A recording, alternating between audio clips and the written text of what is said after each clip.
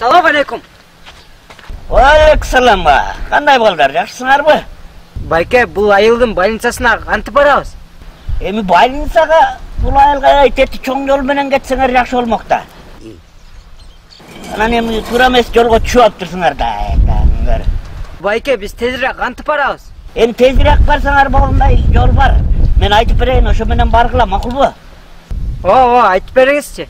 Мына бул жерден өтөсүңөр. Бул жерден барып көрүп атасыңар, тиги үйдүн жанынан өтүп солго бурулсаңар, этаж үй бар. Ошол этаж үйдөн нарыраак басып кайра оңго буруласыңар да. Оңго бурулгандан кийин 10 метрден кийин ит көчө деп коет. Мындай эки сетканын ортосу бар. Кычык көчө да, ит көчө деп коет ошону. Ошол ит көчө менен өтүп барып турганда мындай сетка бар. Сеткада кичинекей ит бата тургандай тешик бар да. Ошол тешиктен жөрмөлөп өтө калсаңар эле болду. Анан өтө калып кайра солго бурулсаңар, ар жакта узун кирпич үй турат. Капталында тоок уясы бар. Кожомкул дегендин үйү.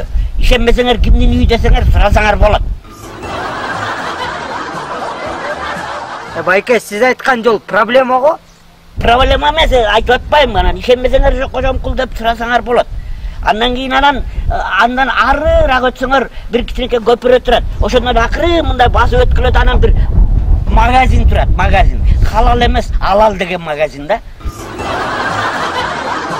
Мына ошого кирбей эле койгула ал магазинге. Андан өтүп туруп, анан чоң жол асфальт турат. Ар жакта вакцина принимаем вакцина деген бирдеке деп жазылып турат. Ошол доктор, ошого барасыңар. Байке, биз тезирээк кантип барабыз?